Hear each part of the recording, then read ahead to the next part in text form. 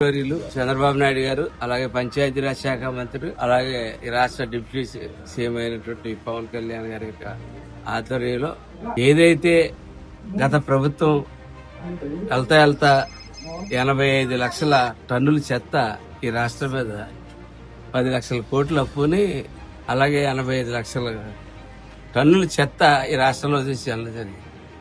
ఈ చెత్తని ఎప్పటికప్పుడు సరి చేయడానికి, అలాగే కొత్తగా వచ్చేటటువంటి చెత్తని సేకరణ చేసి తడి చెత్త పొడి చెత్త కింద సిటీస్లోని పట్టణాల్లోనే చేసే విధంగానే గ్రామాల్లో కూడా చేయాలనే మంచి ఆలోచనతో ఇవాళ ఈ కార్యక్రమం చేపట్టడం జరిగింది. అట్లాగే ఇవాళ దాంతో పాటు వేములవాడ ఒకటి, గురజాబిల్లికి ఒకటి ట్రాక్టర్ కూడా ఇవ్వడం జరుగుతూ ఉంది. అట్లాగే ముందు డ్రింకింగ్ ఫెసిలిటీకి ప్రతి గ్రామానికి ఒక ట్రాక్టర్ డ్రింకింగ్ ట్యాంక్ ఒకటి పెట్టాలన్నది ఒక యోచన.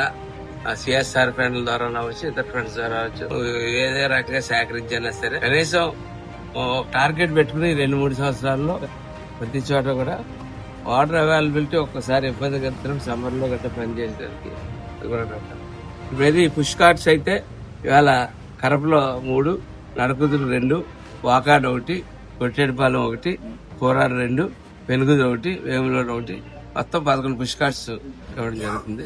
దీని ద్వారా తడి చెత్త పొడి చెత్త విడిగా విడదీస్తే ఈ వ్యర్థాలని కాంపోస్ట్ చేసేటప్పుడు